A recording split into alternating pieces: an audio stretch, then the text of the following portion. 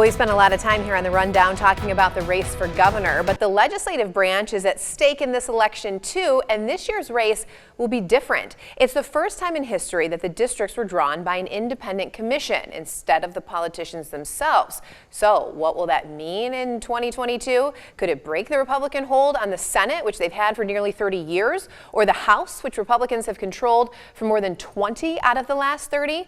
Gongwer, a site that's dedicated to covering Michigan politics, analyzed all 38 Senate and 110 House districts.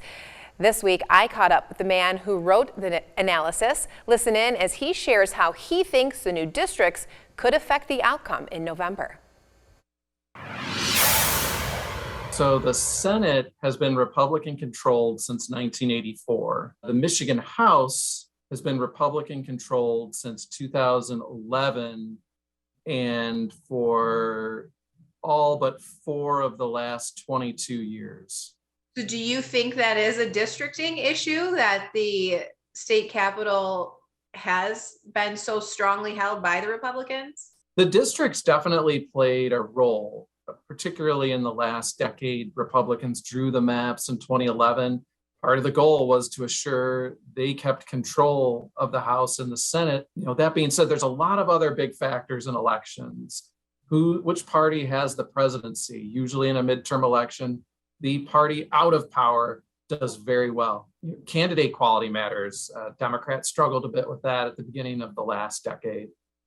But there's no question the districts definitely made the hill probably too steep for Democrats to climb. Even in 2018, when it was a huge Democratic year and you had a Republican in the White House, the Republicans still kept control of the legislature. And the Democrats did sweep the top of the ticket. They did. That year. They did. It was the first time that they had flipped the governor's office, the attorney general's office, and the secretary of state in a single year since 1936. So with the redistricting this year, that adds a variable. However, it's also a midterm election where the current party is Democrat, so you would think it would lean toward Republican. So what are your predictions heading into the midterm? You're trying to draw districts, a bit of an inherent advantage for Republicans because their voters just tend to be more spread out.